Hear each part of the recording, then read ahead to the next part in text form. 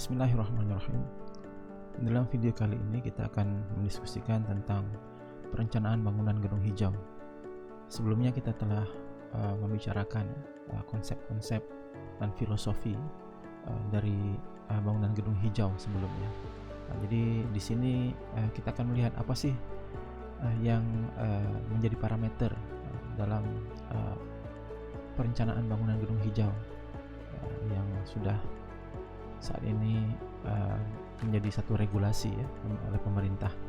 Ada peraturan pemerintah yang maksudnya merumuskan seperti apa yang harus dilakukan seperti itu.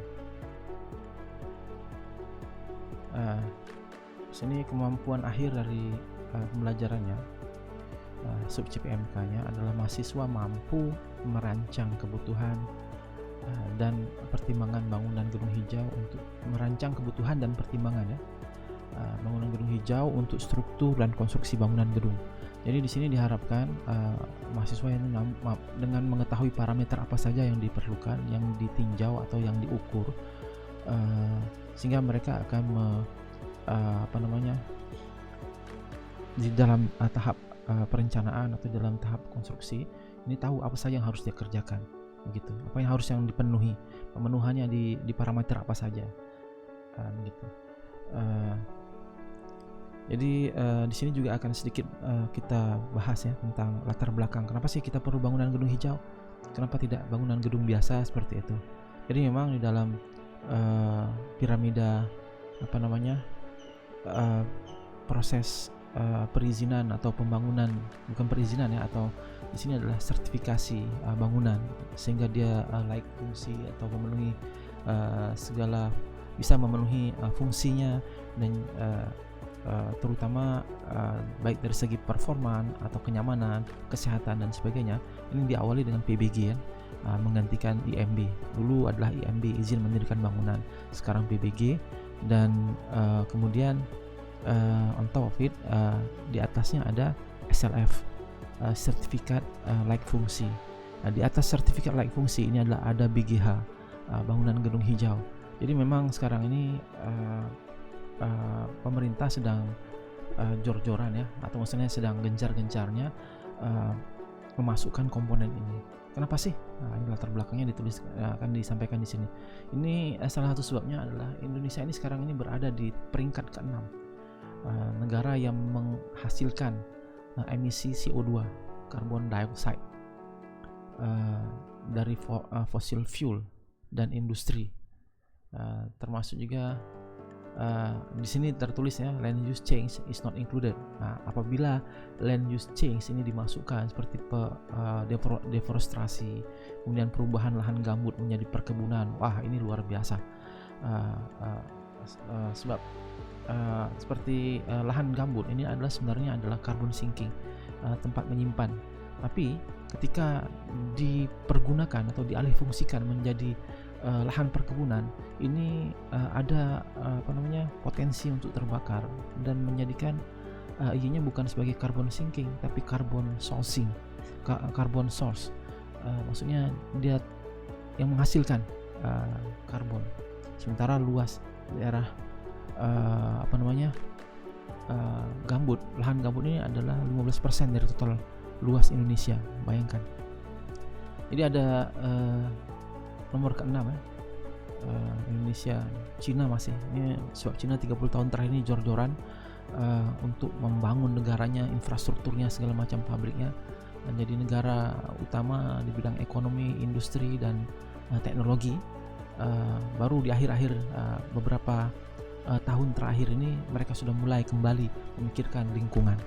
Ya, itulah caranya. Begitu juga jadi pola pikir negara-negara berkembang yang lain. Ketika negara-negara besar atau negara-negara lebih maju ini menerapkan carbon trading, mereka memikir kalian ini sebenarnya bukan ingin menyelamatkan dunia tapi ingin menekan kami, sehingga kami tidak bisa menjual hasil bumi kami, tidak bisa menjual produk kami. Demikian. Itu yang mereka difikirkan oleh negara negara berkembang ya, dari aturan carbon sinking, carbon trading dan juga nilai nilai karbon dari setiap produk yang dijual atau dihasilkan dari satu negara. Ini berarti mereka harus bayar seperti pajak atau apa ya gitu ya, kompensasi, sebab yang dihasilkan itu menghasilkan karbon, dan uang ini akan dipergunakan untuk hal-hal yang terkait riset atau carbon trapping dan sebagainya. Oke, kemudian ini salah satu ini gambar ya, atau memberikan gambaran heat wave yang akan mempengaruhi kesehatan, environment, agriculture atau pertanian, ekonomi dan juga transport. Semuanya akan dipengaruhi oleh heat wave. Heat wave-nya gelombang panas ya. Kita lihat di sebelah kanan ini suhu ini meningkat. Negara-negara India, Cina ini sangat ekstrim, lebih dari 40 derajat Celcius peningkatannya. Bahkan di Myanmar ini 45 derajat Celcius.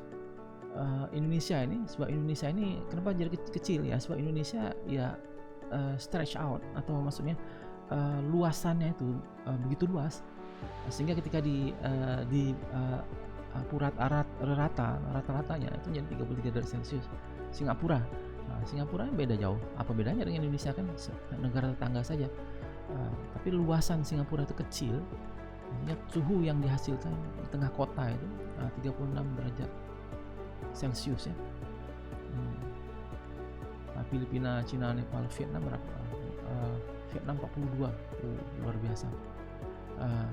Jadi sebab negara-negara ini memang negara-negara yang sedang mengejar industrialisasi, sehingga mereka menghasilkan panas dan juga merilis karbon yang banyak juga,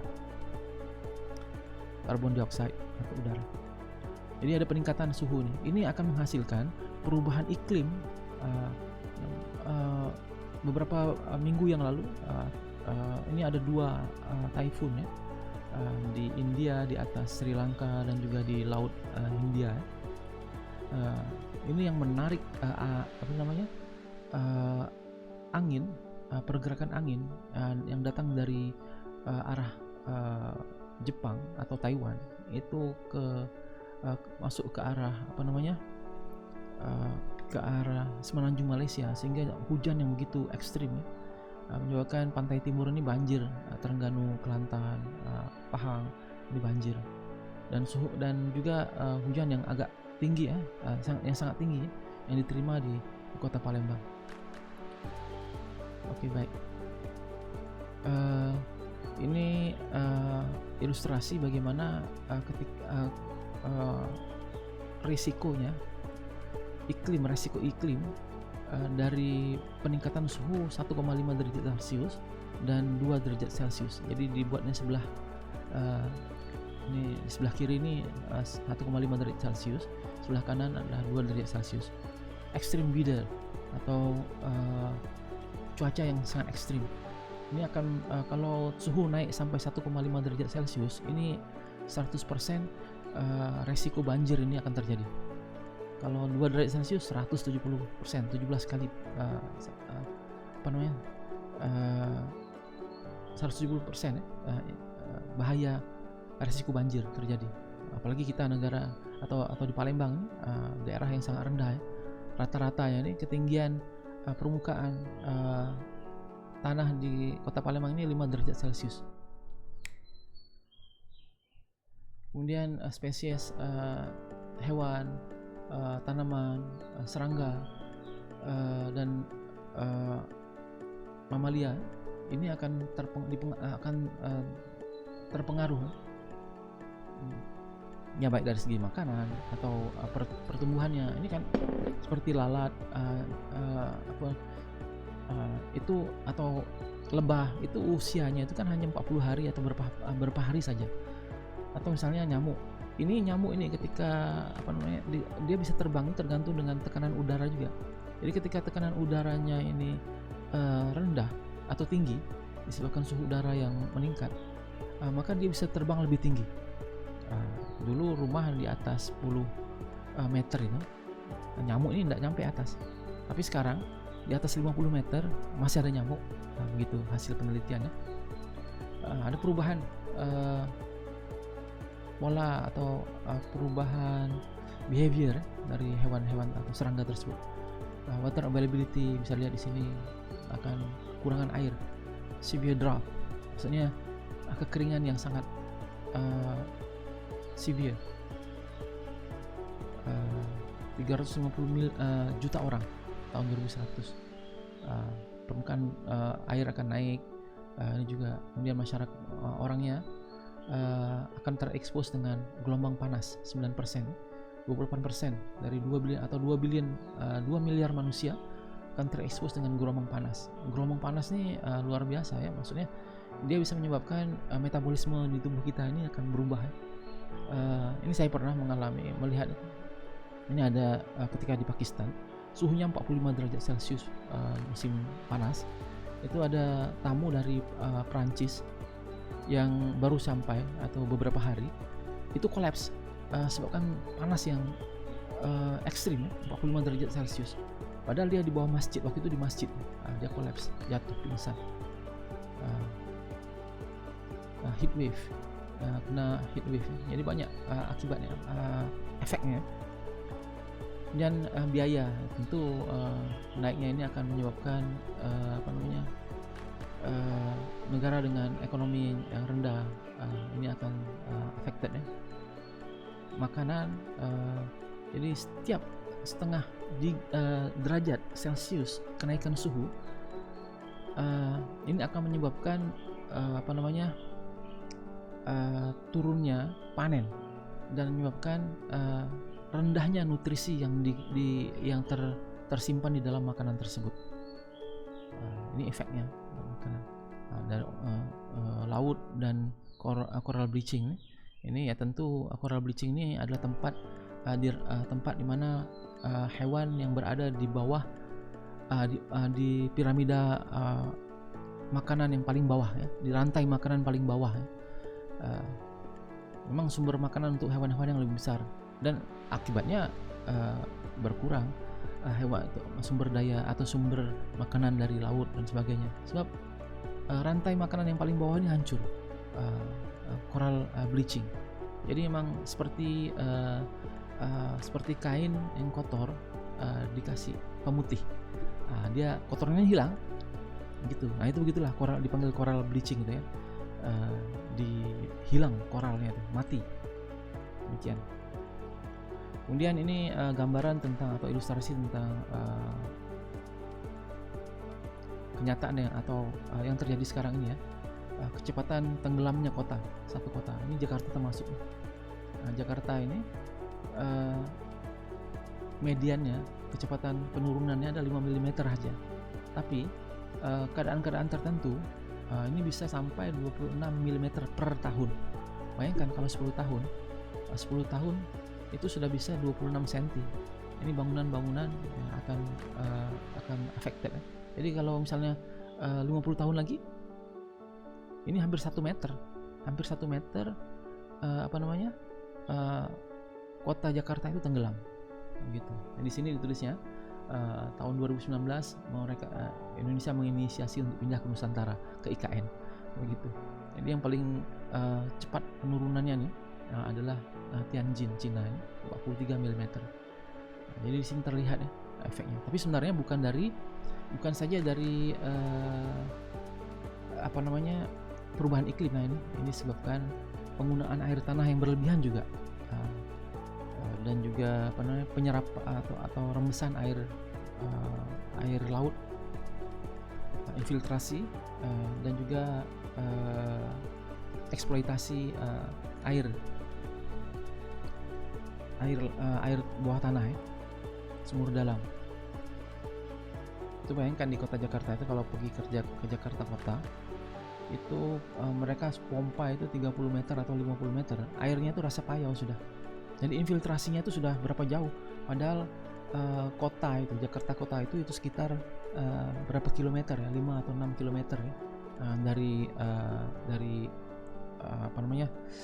garis pantai.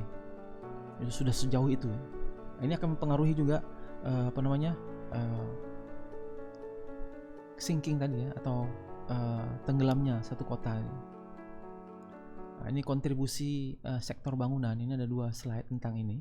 Bisa dilihat di sini dari Our World in Data untuk tahun 2020 itu penggunaan energi ini yang menghasilkan gas rumah kaca ini dari energi ini 73,2%, karena memang kita masih sangat tergantung dengan sangat tergantung dengan fossil fuel ya, baik itu batu bara atau dari minyak bumi. Dan ini yang paling penting di sini, 17.5%, 17,5% ini dari bangunan, baik komersial atau residensial, dari bangunan komersial atau bangunan perumahan. 17,5%, paling besar di antara yang lain. Selain mungkin industri ya, tapi industri kan ada ya industri, tapi kontribusinya kan signifikan di sini. Bangunan gedung adalah pengguna paling besar energi yang bersumber dari listrik.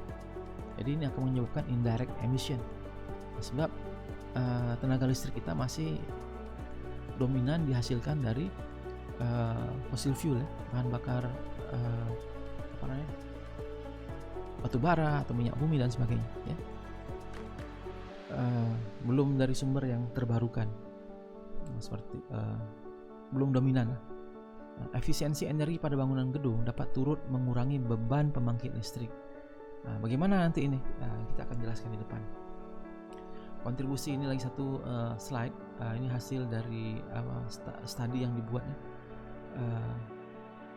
dari Enhanced NDC, National Determined Contribution untuk SDG, prediksi gas rumah kaca Indonesia pada 2030 bertambah sebesar 1.535 juta ton CO2e. Ini artinya CO2 equivalent. Jadi bukan hanya datang dari karbon, tapi methane, seperti contohnya kan NH4 atau yang lain. Ini bisa ada faktor pengkonversinya untuk menghasilkan berapa jumlah karbon. Jadi misalnya faktor, kalau tidak salah itu faktor pengali untuk methane itu 27.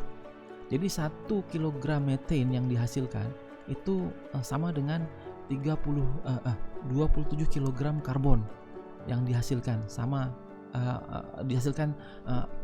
sama seperti menghasilkan 27 kg CO2 seperti itu. Itu maksudnya ya, 27 kg. Methane sebenarnya dari mana? Dari perkebunan, dari peternakan. Ini menghasilkan methane gitu.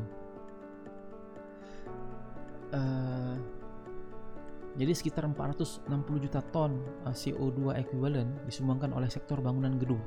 Jadi bisa dibayangkan ya, hampir sepertiganya dari 1535. Ini penambahan ya. Jadi nilai yang nilainya itu ya mungkin lebih dari ini gitu. Jadi di sini dari laporan ini sektor bangunan gedung ini berkontribusi 30%. Ini di Indonesia ya. Jadi kalau sebelumnya ini dunia ya, 17,5%. Tapi di Indonesia ini 30% dari sektor bangunan. Jadi lebih banyak ya Indonesia.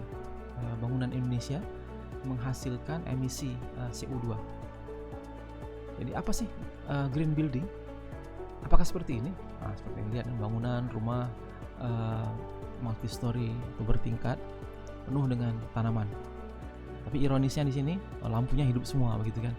Jadi tanaman ini menutup natural light, cahaya dari sinar matahari, sehingga orang yang di dalam bangunan ini terpaksa menghidupkan lampu 24 jam. Begitu. Jadi apakah seperti ini green building itu? Jadi ada wrong perception. Persepsi masyarakat tentang bangunan hijau ini perlu diklarifikasi, atau bukan sekedar diklarifikasi ya, tapi harus rectify, dibetulkan, bukan sekedar dijelaskan. Orang cenderung menganggap bangunan hijau hanyalah bangunan yang tertutup tanaman, atau kalau itu perumahan ada taman-taman perumahan, permainan dan sebagainya gitu, atau ada taman-taman tempat jogging. Ternyata tidak mencukupi. Apa yang disebut green building adalah gedung dengan kinerja efisiensi tinggi yang menghasilkan sumber daya efisien tinggi yang digunakan untuk mengoperasikan gedung. Jadi ada dua di sini, kinerja efisiensi dan juga bisa menghasilkan sumber daya efisien. Jadi sumber daya efisien menghasilkan di sini sumber daya efisien. Jadi adanya daur ulang, energi konservasi atau energi yang dihasilkan dari sumber yang lain ya, bukan dari fossil fuel. Jadi di sini sekarang ini sudah menjadi regulasi peraturan pemerintah. Apa sih peraturan tentang bangunan gedung hijau itu dalam PP 16 tahun 2021? Bangunan gedung hijau adalah bangunan gedung yang memenuhi standar teknis. Sebab seperti saya sampaikan tadi, bangunan gedung hijau ini on top of SLF, sertifikat layak fungsi. Jadi setelah layak fungsi itu ada pemenuhan bangunan gedung hijau. Jadi harus memenuhi standar teknis dulu untuk bangunan gedung dan memiliki kinerja terukur. Nah, di sini baru bangunan gedung hijaunya memiliki kinerja terukur secara signifikan dalam penghematan energi, penghematan air, dan penghematan sumber daya lainnya melalui penerapan prinsip BGH. Jadi di sini yang kita sebagai engineer harus ngerti apa sih prinsipnya atau parameter apa yang diukur, parameter apa yang akan berkontribusi sesuai dengan fungsi dan klasifikasi dalam setiap tahapan penyelenggaraannya. Fungsi dan klasifikasi. Jadi fungsi ini fungsi bangunan, kan ada beberapa fungsi bangunan kan, beda fungsi fungsi keagamaan, fungsi untuk dan sebagainya lah, hunian. Klasifikasi ini tahap pengerjaannya dari desain, kemudian konstruksi, pemanfaatan, dan demolisi. Jadi di sini ada rangkuman tentang green building itu, yaitu sebuah bangunan yang dari tahap desain, perencanaan, tahap konstruksi, dalam tahap operasi dan pemeliharaan memiliki atau berdasarkan 3 tujuan target. Pertama, mengurangi penggunaan sumber daya alam, meminimalkan dampak lingkungan, dan meningkatkan kesehatan dan kenyamanan dalam ruangan. Ini paling tidak seperti inilah green building itu. Oke. Nah, ini tahap penyelenggaraan BG dan BGH, bangunan gedung dan bangunan gedung hijau. Oke. Ini ada tahap perencanaan. Tahap pembangunan ada 3 tahap, diringkas menjadi 3 tahap. Tapi di dalamnya tahap pembangunan ini ada perencanaan, ada tahap pelaksanaan di lapangan, green construction. Setiap tahap ini ada poin yang harus dipenuhi, nilai-nilai yang harus dipenuhi, parameter-parameter dan kriterianya ya yang harus dipenuhi, sehingga akan bisa dicapai definisi tadi ya, bangunan gedung hijau. Kemudian tahap pemanfaatan dan pemeliharaan atau pelestarian. Pelestarian ini maksudnya ketika usia desainnya sudah terlewati. Kan biasanya bangunan gedung ini didesain atau desain life-nya 50-60 tahun. Nah, kenapa 50-60 tahun? Ya ini karena ada kemungkinan akan direnovasi, akan diubah fungsinya, atau akan dibongkar dan dibangun bangunan yang lain. Jadi ketika bangunan ini masih tetap yang sama setelah usia 50 tahun, dia ada 2 pilihan. Pelestarian, dia akan dijadikan sebagai monumen nasional, maksudnya jadi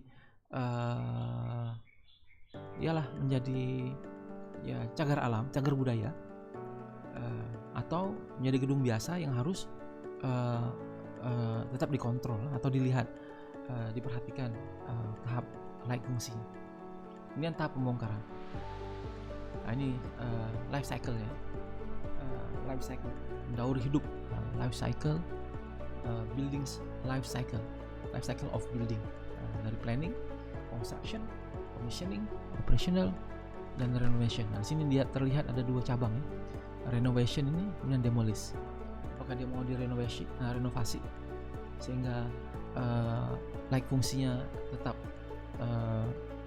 terjaga, atau ketika dia tidak bisa lagi memenuhi fungsinya, tidak layak fungsi lagi, ya didemolish saja gitu.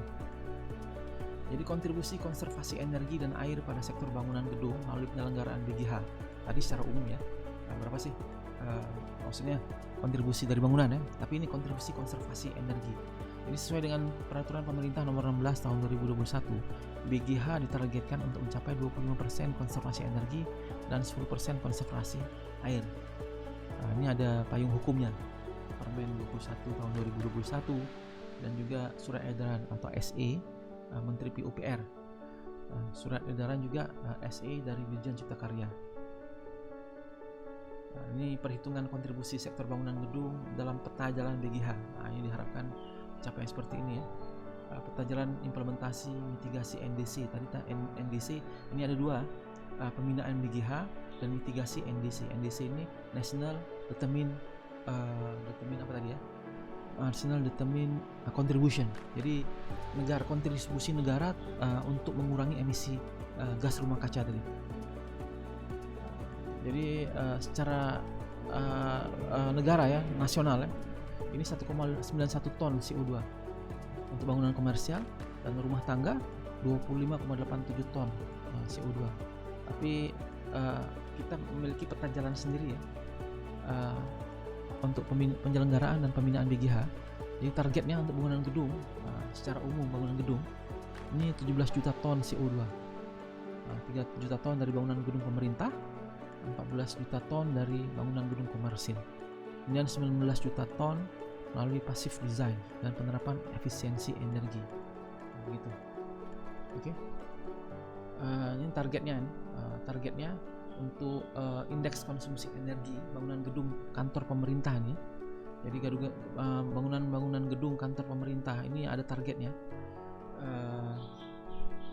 Maksudnya ketika indeks konsumsi energinya kurang dari nilai tertentu, dia dikatakan sangat efisien atau boros, gitu. Atau IKE-nya atau IKE-nya tidak non terkondisi. Jadi maksudnya tidak ada sistem yang untuk mengkondisikan IKE tadi, nilainya seperti ini. Jadi ini sudah ada artinya payung hukumnya dan juga roadmap-nya penyelenggaraan BGH dalam RPJMN nasional sampai tahun 2029 bahkan. Dan ini target penyelenggaraan pembinaan BGH sampai tahun 2027. Ini untuk bangunan pemerintah dan non pemerintah tadi. Jadi sampai tahun 2024 ini fokusnya di bangunan gedung milik pemerintah baru ya. Tapi kedepannya bisa mengakomodir, maksudnya diwajibkan untuk seluruh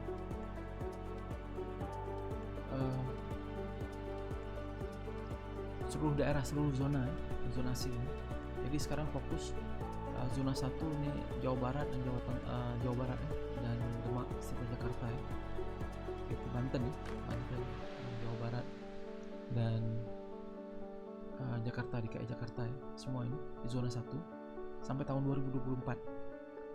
Sebab itu Jakarta sudah lebih dulu ya mengimplementasikan, ada alat ukurnya dan sebagainya untuk mencapai target penyelenggaraan pembinaan BGH. Dan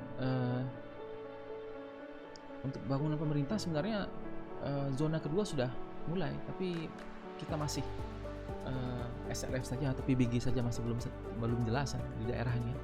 PBG, SLF ini sudah wajib untuk bangunan ruko ya, untuk ruko dan untuk perumahan secara keseluruhan SLF. Jadi bagaimana? Seperti kemarin kita pernah diskusikan, ini bangunan rumah sederhana, perumahan, rumah MBR ini bisa tenggelam sampai 1 meter dalam waktu 5 tahun. Memang saya tanyakan ke orang yang berada di PUPR atau di PU ya, provinsi, itu memang ternyata bangunan gedung di bawah dua lantai ke bawah itu tidak perlu menyertakan sondir. Ini bukan berarti tidak perlu melakukan sondir, tidak perlu menyertakan dokumennya saja, tapi seharusnya sebagai seorang engineer kita perlu data itu untuk mendesain seberapa besar fondasinya, apa jenis fondasinya, begitu, sehingga bangunan di atasnya itu tidak tenggelam begitu. Jadi sebenarnya yang salah itu adalah orang yang menginterpretasikan peraturan itu. Jadi kalau semuanya ini ya tutup sebelah mata, ya sudah kacau balau. Demikian. Ini masih penyelenggaraan BGH. Siapa sih kunci penyelenggaraan BGH ini? Pemilik, pemerintah pusat, pemerintah kabupaten kota. Sebab yang memberikan penghargaan award ini adalah pemerintah kabupaten dan kota serta pemerintah. Ini penyedia jasa yang berkompeten di bidang bangunan gedung. Ini ahli BGH semua itu. Jadi ada ahlinya ya, tenaga ahli yang menilainya. Kemudian dukungan pemerintah, kementerian dan lembaga penyelenggaraan BGH. Ini dari Kemendagri, Bappenas, SDM, KLHK. Ini semua sebenarnya mereka juga mendukung ya penyelenggaraan BGH. Kemudian penyelenggaraan BGH, pembinaan BGH yang dilakukan pemerintah pusat bersama pemerintah provinsi. Ini berupa pengaturan, pemberdayaan, ada kursus-kursus, pelaksanaan TUT, baik untuk tenaga para akademisi dan juga tenaga maksudnya ASN, juga penyedia jasa. Ini diberikan kursus-kursus ya. Kemudian pengawasan, pengembangan modul BGH dalam SIM BG, penilaian kinerja BGH. Ini untuk memudahkan asesor TPA di lapangan untuk mengeceknya sehingga ada keseragaman subjektivitas. Strategi penyelenggaraan BGH, pembinaan BGH ini kebijakan, implementasi, peningkatan kapasitas, teknologi dan informasi. Ini kedepannya ini semua akan paperless dan ada teknologi inovasi yang akan memudahkan kerja, seperti menggunakan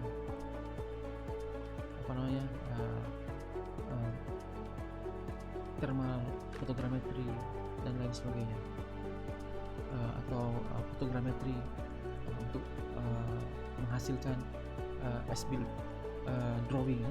Ini yang jadi masalah ini kadang-kadang bangunan yang existing ini tidak memiliki as-built drawing, atau bahkan bangunan yang sudah selesai pun tidak memiliki as-built drawing yang akurat.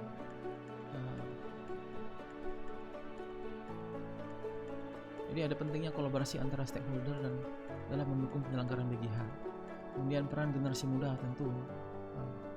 Kurikulum di pendidikan ini harus mengakomodir. Jadi alhamdulillah kita sudah mulai memperkenalkan ini ya, BGH dalam kurikulum kita ini. Jadi melibatkan generasi muda sebagai pelaku dalam kegiatan mendukung lingkungan berkelanjutan. Dengan mengetahui parameter apa yang perlu dipertimbangkan atau diambil untuk mendapatkan penilaian, maka di situ mahasiswa diharapkan ketika mereka mulai mendesain ini, mindsetnya bukan sekedar performa, tapi juga functionality, kinerja dan sebagainya. Jadi mulai ada di sini melibatkan generasi dalam penelitian dan penerapan efisiensi energi ya. Di sini nanti mungkin ada kesempatan kita bisa bekerja sama untuk buat riset tentang bangunan gedung hijau atau efisiensi energi di dalam rumah. Kami sekarang saya bersama dengan mahasiswa S2 dan S3 ini dan juga S1 di Malaysia ini melakukan banyak penelitian terkait dengan energi efisiensi, baik dari material atau dari fitur bangunan.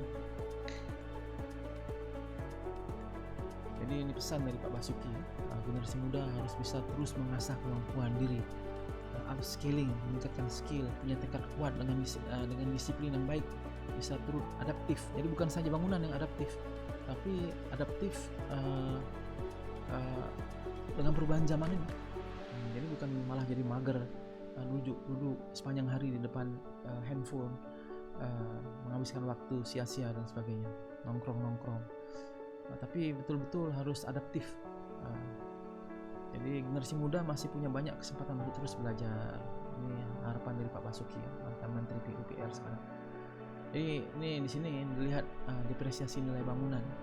Jadi ketika bangunan itu tidak ada perawatan yang baik, ini nilainya akan turun. Tapi dengan perawatan nilainya tetap juga akan turun, tapi dengan nilai yang lebih baik, nilai atau depresiasi yang tidak terlalu cepat turun.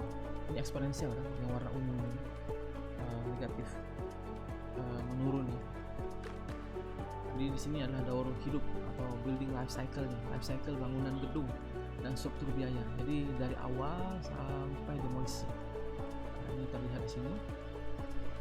Jadi biaya konstruksi ini 35%, 25%, 40% ini dari beberapa sistem yang berbeda ya. Ini adalah biaya konstruksi. Biaya investasi ada lagi asuransi, bunga pinjaman, perabot, perizinan, survei, jasa profesi, tanah. Ini semua ada investasi. Jadi di total ini sebenarnya biaya investasi untuk bangunan. Tapi belum cukup. Ketika ketika membeli kendaraan bermotor, ini ada biaya perawatan. Jadi biaya konstruksi tambah biaya lain-lain atau biaya investasi. Ini ada operasional pemeliharaan dua ini. Ketika desain awalnya ini tidak memenuhi BGH, maka biaya operasional akan tinggi, biaya pemeliharaan akan tinggi, gitu. Tapi jadi ditargetkan ketika bangunan gedung ini mengimplementasikan atau menerapkan konsep bangunan gedung hijau atau memenuhi bangunan gedung hijau, maka biaya operasi dan pemeliharaannya akan bisa ditekan. Sebab pajak, bunga pinjaman, pajak dan bunga pinjaman ini tidak bisa dikontrol, atau maksudnya bukan beyond our hand, atau tidak bisa kita pegang. Renovasi pun masih bisa kita kontrol, tapi pajak dan bunga pinjaman ini beyond our control. Ini ada 3 biaya selama operasional atau daur hidup atau life cycle-nya kita bisa kontrol: operasional, pemeliharaan, dan renovasi. Begitu. Nah, di sini terlihat pecahannya. Jadi perizinan selain IMB dan pemenuhan persyaratan BGH ini setelah dihitung ini hanya 9,5% sampai 10% lah. Jadi ketika bangunan itu modalnya 200 juta termasuk tanah dan konstruksi, itu sebenarnya cuma tambah investasi 20 jutaan untuk menambah fitur-fitur BGH. Apa saja sih? Nah, itu nanti kita diskusikan di depan. Di peluang penerapan BGH ini ada banyak insentif ya dari BGH, dari pemerintah daerah, dan juga potensi penerapan nilai ekonomi karbon, dan keuntungan lainnya meningkatkan kenyamanan. Jadi bisa dijual sebenarnya, market value-nya ini, added value dari market ada di situ, tinggal pandai-pandai menjualnya saja gitu. Jadi kalau narasi BGH ini dijual ke masyarakat, ini akan jadi nilai jual, akan menarik perhatian untuk berinvestasi atau membeli rumah yang sudah memenuhi pemenuhan BGH, bangunan gedung hijau. Demikian. Nah, ini tahap perencanaan ya. Kita akan masuk ke bangunan gedung hijau, tahap perencanaan. Di sini akan kita diskusikan secara ringkas parameter apa saja yang dinilai, mendapat nilai ya, bisa diklaim. Jadi tahap perencanaan ini ada 1, 2, 3, 4, 5, 6, 7 parameter ya. 7 parameter ini, dan ada setiap parameter ini ada kriteria masing-masing, dan total poinnya yang bisa diklaim adalah 165 poin. Jadi setiap tahap itu total ada parameter yang berlainan, tapi untuk tahap perencanaan ini ada parameter yang harus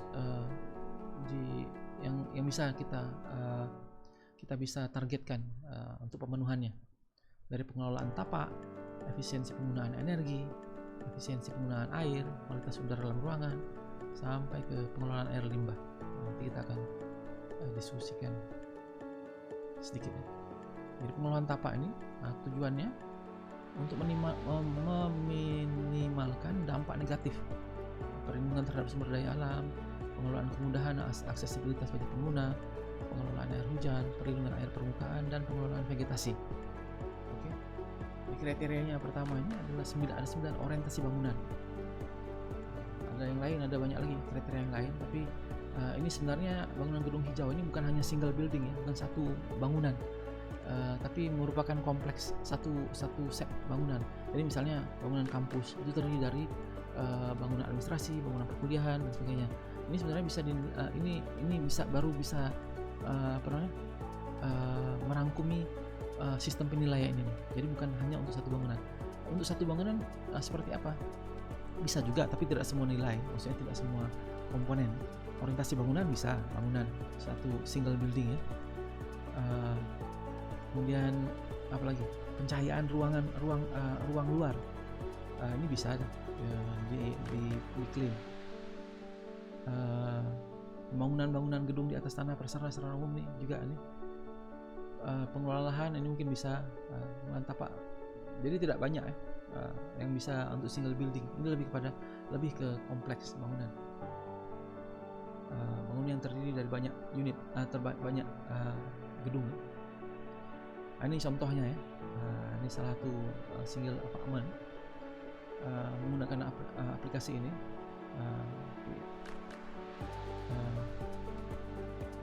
Dr. Ajak Marsh, Andrew Marsh.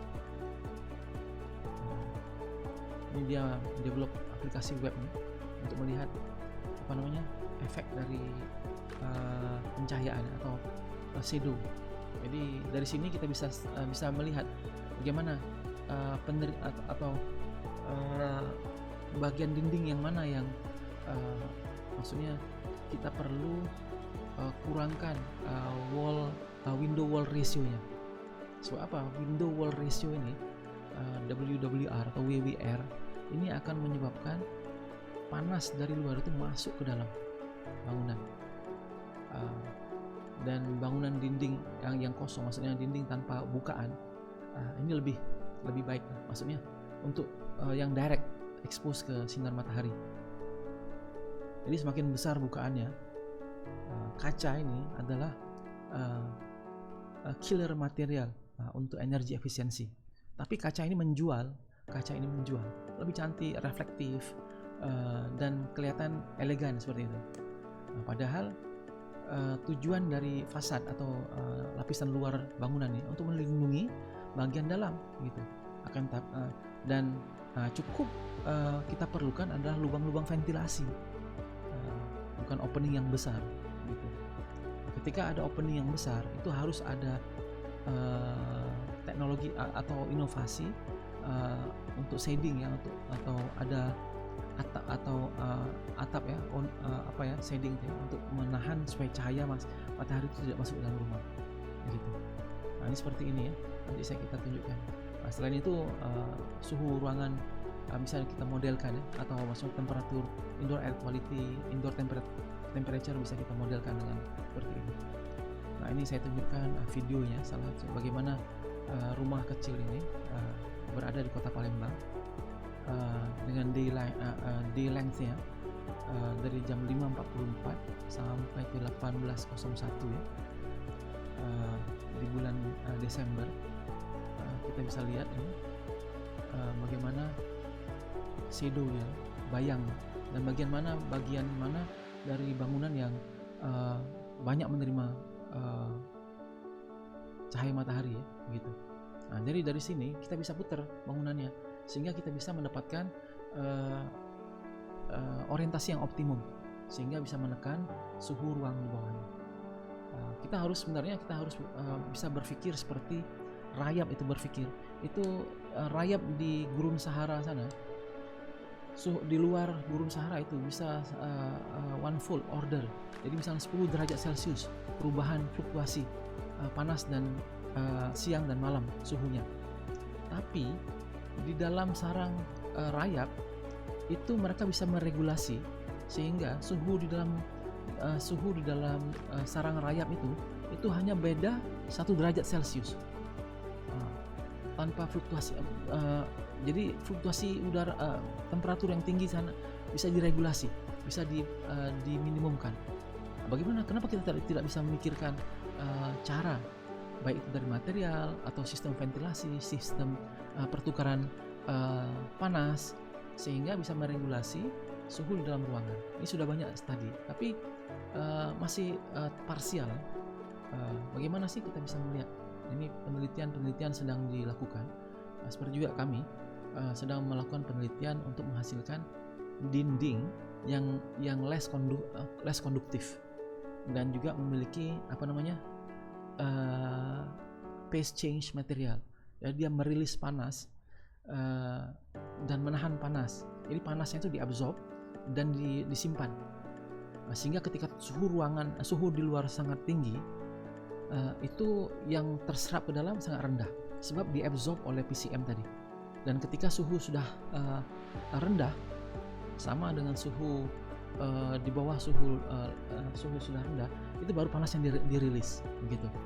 Sehingga sewaktu panas yang tinggi di luar itu di dalam ruangan itu akan regulate atau tetap di dalam suhu yang terlindungi dari efek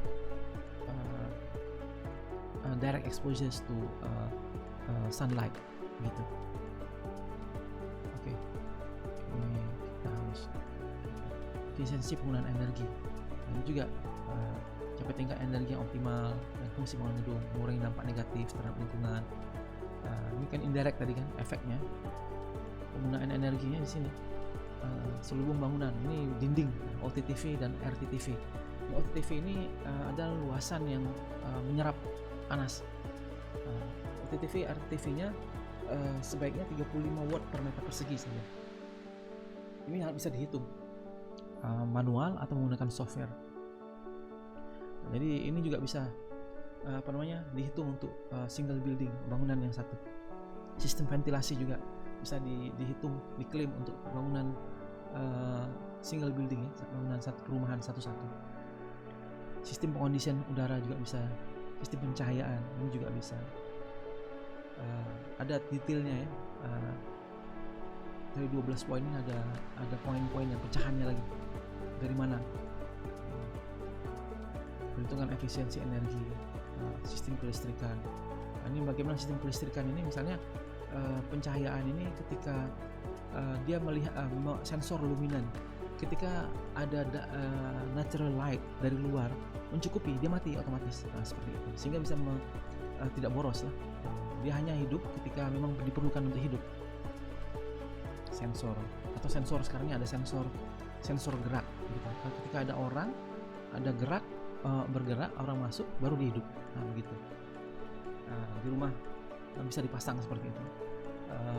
Dan sekarang ini ada bisa dilihat di Shopee atau di mana kan, dijual lampu-lampu yang bisa ada sensornya ya, sensor gerak dengan mencukupi. Ada yang setara dengan 20 watt, setara dengan 30 watt, setara dengan 50 watt, seperti itu. Jadi tinggal dipasang aja, dan lampu ini bisa dicas. Jadi sesuai dengan keperluan. Ketika baterainya habis, ya kita cas dulu dan kita pasang. Dan dia akan hidup ketika memang diperlukan saja, begitu.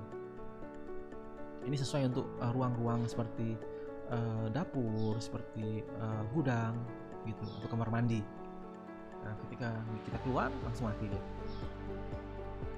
Efisiensi penggunaan air juga, sumber air dari mana, bisa dihitung pemakaian airnya bagaimana, dan water fixtures-nya adalah bagaimana sistem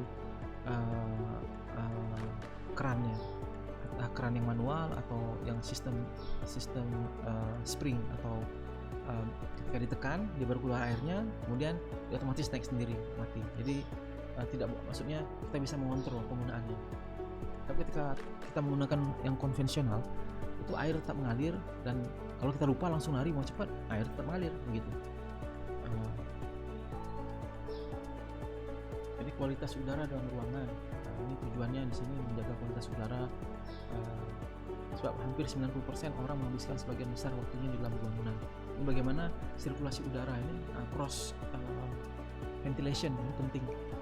Bangunan-bangunan kita ini kebanyakan tidak cross ventilation. Maksudnya cross ventilation, jendela di luar itu harus ada juga jendela di dalam atau jendela di samping, di dua sisi yang bisa saling terhubung atau tidak ada penghalang begitu.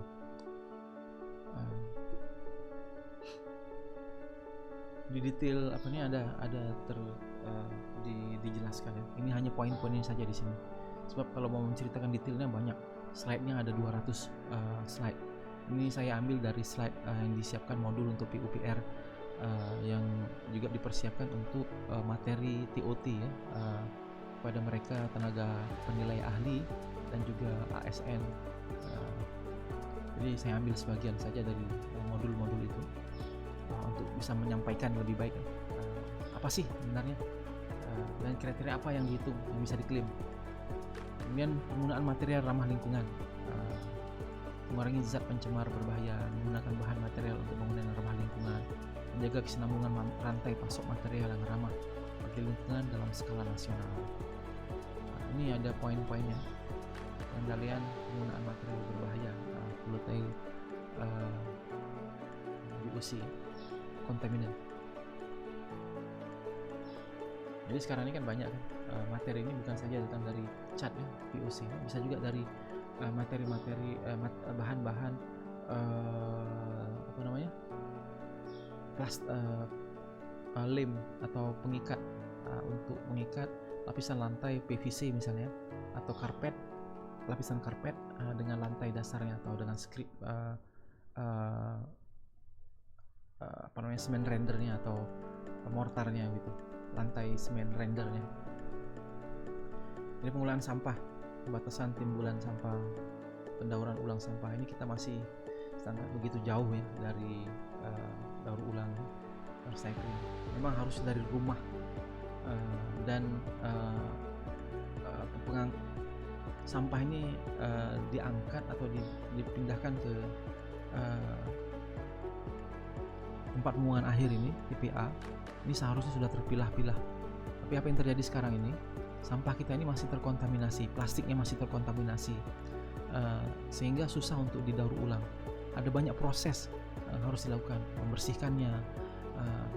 Sementara Jepang itu dari rumah mereka, jadi anak-anak dan ibu rumah tangga itu dididik, diedukasi supaya sampah-sampah plastik itu sudah dipisah, sampah kertas sudah dipisah, sampah yang biologis, yang bisa di organik, itu bisa dijadikan kompos, maksudnya dipisah, sehingga plastik yang akan didaur ulang atau kertas yang bisa didaur ulang atau metal dan bahan yang lain bisa didaur ulang, ini tidak terkontaminasi, sehingga proses akhirnya itu akan lebih mudah untuk daur ulangnya, tidak menjadi mahal. Inilah mereka sudah sistem mereka sudah begitu baik ya. Tapi kita di negara kita ini masih begitu jauh ya untuk ke arah seperti itu. Tapi seharusnya sudah bisa mulai diedukasi di kampus-kampus, seharusnya dipisahkan. Tapi belum teredukasi betul. Yang dipisahkan itu betul-betul dipisahkan. So apa, misalnya botol itu material plastiknya itu beda dengan pelapisnya atau dengan tutupnya. Tutup botol itu dari bahan PP, polipropilin. Kalau badan botolnya itu dari PET, lapisan luarnya itu dari material yang lain. Jadi sampah plastik itu pun ada berbagai jenis seperti itu. Nah, jadi harus dipisahkan, tutup botolnya gitu, itu terpisah. Jadi sehingga akan memudahkan proses daur ulangnya, gitu. Pengelolaan sampah, pemilahan dalam bentuk pengelompokan, pemisahan, pengumpulan dalam bentuk pengambilan. Jadi hari-hari tertentu kalau di negara-negara seperti Jepang itu hari tertentu, misalnya Rabu ini untuk bahan kertas, besoknya untuk bahan organik setiap hari. Besok langsung bisa secara skala kecil diambil dan bisa dijadikan kompos seperti itu.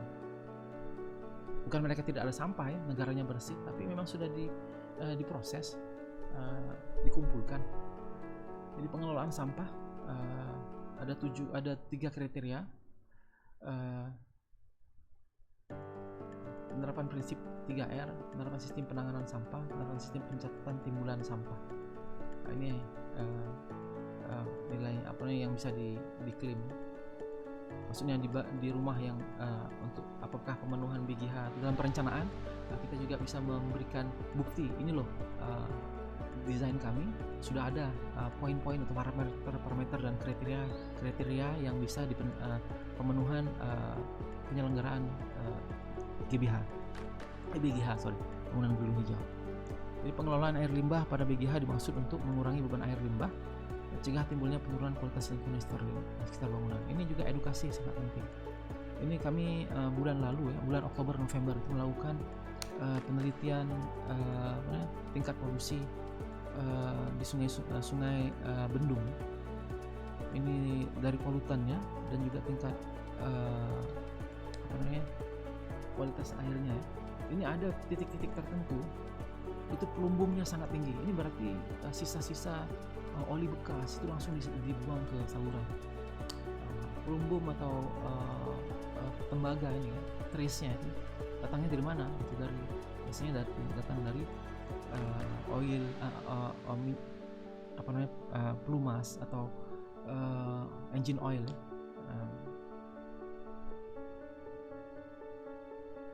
Pengelolaan air limbah ada dua kriteria, penyediaan fasilitasnya apakah ada atau tidak, daur ulang yang berasal dari air limbah domestik.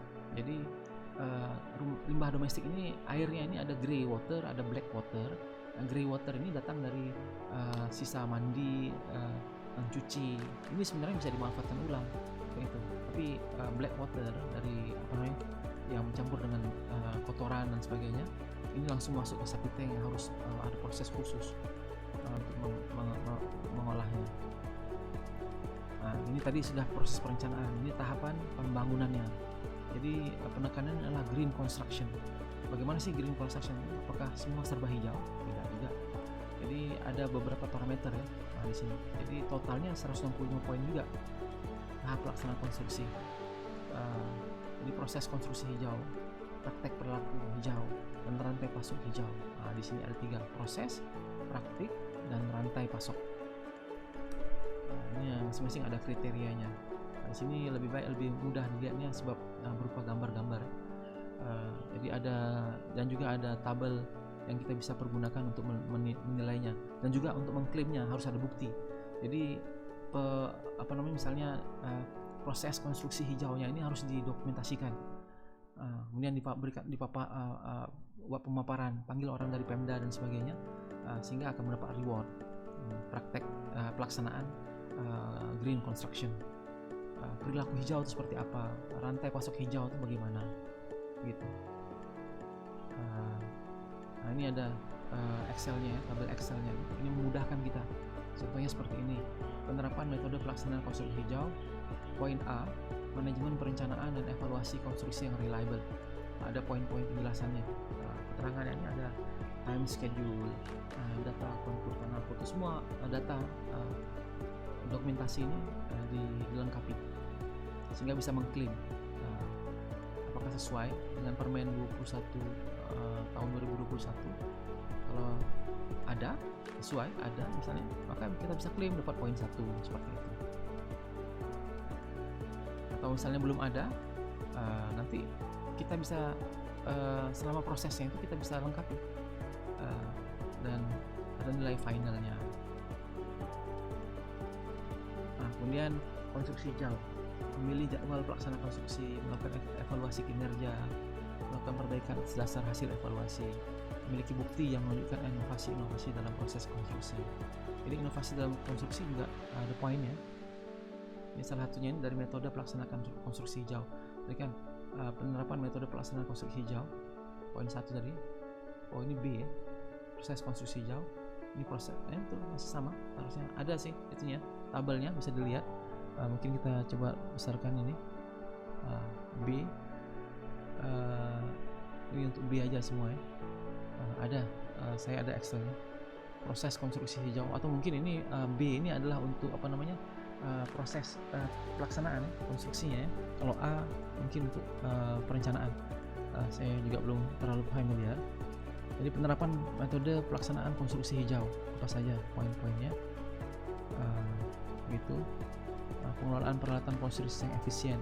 Jadi misalnya alat listrik, misalnya generator itu harus bagaimana gitu ya, harus ada sertifikatnya sehingga betul-betul layak fungsi ya.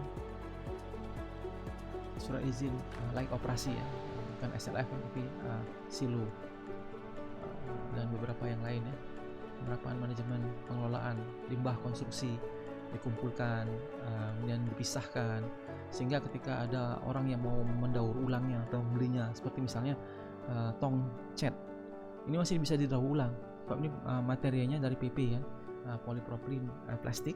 Ini bisa didaur ulang untuk hal yang lain, atau bisa dipergunakan untuk reuse, untuk digunakan untuk hal-hal yang lain. Gitu. Atau besi, ini bisa didaur ulang. Kayu, kayu ini sebenarnya bisa di reclaim, maksudnya bisa dipergunakan untuk perumahan atau bahkan pembangunan rumah, atau untuk hal-hal yang lain masih pemanfaatannya ya. Begitu. Kemudian dokumen pembuktian klaim, semuanya harus dilengkapi ya. Penggunaan BIM, penghitung galian dan leveling tanah cut and fill, ini juga akan memudahkan. Ini ada itu, sortiran limbah dan reuse, pembuangan, diulang. Ini penggunaan air, ini ada sistem airnya, skematik sistem air bersihnya. Jadi air itu ditampung dulu reservoir, dan kemudian bukan langsung dari pipa urban network ya. Kemudian sistem toilet, ini kenapa penting? Sebab toilet yang seperti ini ada hitungan efisiensi airnya. Jadi air yang digunakan hanya sebanyak ini. Jadi bukan tanpa ukuran airnya itu disiram aja gitu ya. Atau juga wastafel seperti saya sampaikan tadi. Jadi sistem spring, dia akan mengalirkan air. Kemudian semen. Semen ini jangan menggunakan semen yang produk impor. Sebaiknya menggunakan produk lokal gitu. Jadi jaraknya ini 1000 km dari lokasi proyek gitu. Ini ada ketentuannya. Jadi jangan sampai dia melebihi batas. Jadi misalnya diambil dari mana gitu kan, dari lokasi yang terlalu jauh. Sebab karbon trace-nya dari polusi udara, polusi dari kendaraan, bahan bakarnya. Dan ini ada sertifikasinya. Ini harus dibuktiin, harus ditunjukkan di dokumentasi. Dan ada silo untuk genset. Kemudian disinfektan, ini waktu-waktu, dan harus tetap ada ini tempat cuci tangan, sehingga kesehatan dari pekerja itu terjamin gitu. Maksudnya kesehatannya itu bisa ya terjaga lah, seperti itu, dengan lingkungan yang bersih, lingkungan yang sudah didesinfektan, dan juga tempat-tempat cuci tangan. Nah, ini sewaktu COVID kemarin itu ada wabah, so then ini sangat penting mengukur suhu tubuh, hingga indikasi bahwa seseorang itu mengalami demam, yang kemungkinan demamnya itu sebab terinfeksi virus yang bisa menularkan kepada orang lain. Nah, itu harus diisolasi, bukan diberhentikan tapi diisolasi. Ini sebagai tanggung jawab perusahaan. Dan juga vaksinasi di puskesmas, ini tanggung jawab, bagian dari tanggung jawab konstruksi ya, yang harus didokumentasikan oleh pelaku konstruksinya ya. Ini bisa diklaim untuk bangunan gedung hijau ya, proses konstruksi hijau. Sistem manajemen keselamatan konstruksi, baik di lapangan atau di tempat hunian tenaga kerjanya atau buruh lapangan. Dan jarak supplier besi ke lokasi ini harus didokumentasikan juga seperti ini, sehingga jelas bahwa konstruksi ini memang menerapkan konstruksi hijau. Dan assessment dilaporkan, dan kita bisa klaim dan bisa mendapatkan award penilaian. Ini seperti ini contohnya, kesesuaian kinerja pelaksanaan konstruksi BGH, permen, totalnya maksimum nilainya 74, dia mendapatkan nilai 64. Proses konstruksi hijaunya maksimum 60, dia dapatkan 46 yang diklaim. Jadi totalnya semua ini di sini agak rendah ya, rantai pasok hijau. Mungkin dia ada materi bahan-bahan yang diimpor dari luar yang jauh jaraknya, atau tidak memiliki eco labeling. Jadi nilainya sedikit, sehingga nilai totalnya adalah 76%. Ini award apa yang diberikan? Ini adalah ketika 45% sampai dengan 65%, di sini 76% ya, maka mendapatkan madya. Madya, BGH madya. Kalau BGH utama ini lebih dari 80%. Kalau pertama nilainya capaian kinerja sesuai SLF saja. Jadi SLF ini sebabkan BGH ini on top of SLF ini, di atas SLF. Tapi ketika nilai BGH-nya dan juga mungkin di bawah BGH nilai 65% ya pertama. Tapi di sini tidak seperti itu, dia harus capaian SLF-nya terpenuhi dulu baru bisa mendapatkan award. Demikian, terima kasih. Kita akhiri video kita kali ini. Assalamualaikum warahmatullahi wabarakatuh.